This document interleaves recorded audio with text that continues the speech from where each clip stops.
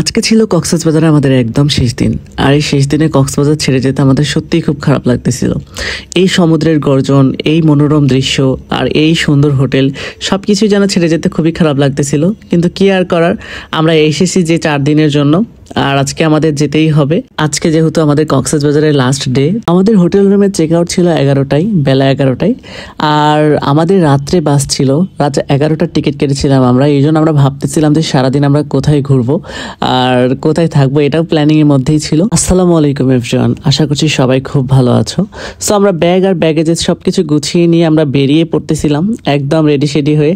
দুইজনেরই মন অনেক খারাপ, কারণ আজকে লাস্ট ডে। আর হোটেল সিমনের একটা নিয়ম ছিল এটা যে আমরা যখন বের হব, বের হওয়ার 10 মিনিট আগে নিচের কাউন্টারে ফোন দিয়ে জানাই দিতে হবে, কারণ তারা যেন সবকিছু রেডি করে রাখে। আমরা জাস্ট পেইড করব আর সেখান থেকে আমরা রওনা দিয়ে দিব।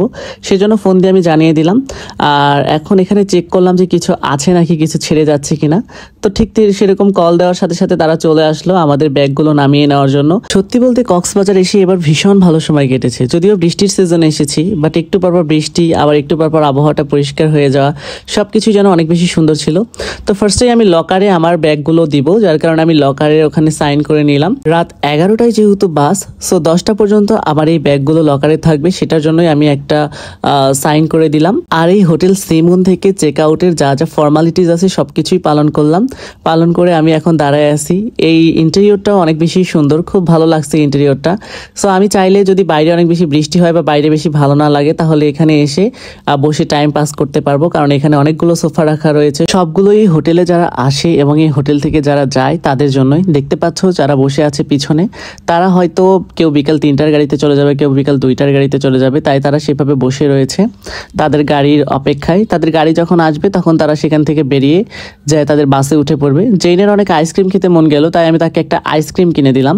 এখন আমরা একটু বিচের দিকে যাব, যেহেতু লকারে সবকিছু রাখা হয়ে গেছে আর হোটেলে যে ফর্মালিটিসগুলো আছে সবগুলোই ফিল আপ করা হয়ে গেছে, সেজন্য আমরা এখন বেরিয়ে পড়েছি। সমুদ্রের পাশে গিয়ে সুন্দর একটা বসার স্পেস নিয়ে নিলাম।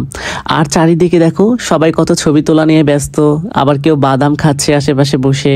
আমার পিছনে যারা বসেছিল তারা ফুল ফ্যামিলি নিয়ে আসছে, আর তারা সবাই মিলে অনেক বেশি মজা করতেছিল, ভালোই লাগতেছিল। বাট আমি আর যেদিন যে কম মজা করেছি তা না, আমরা অনেক বেশি মজা করেছি।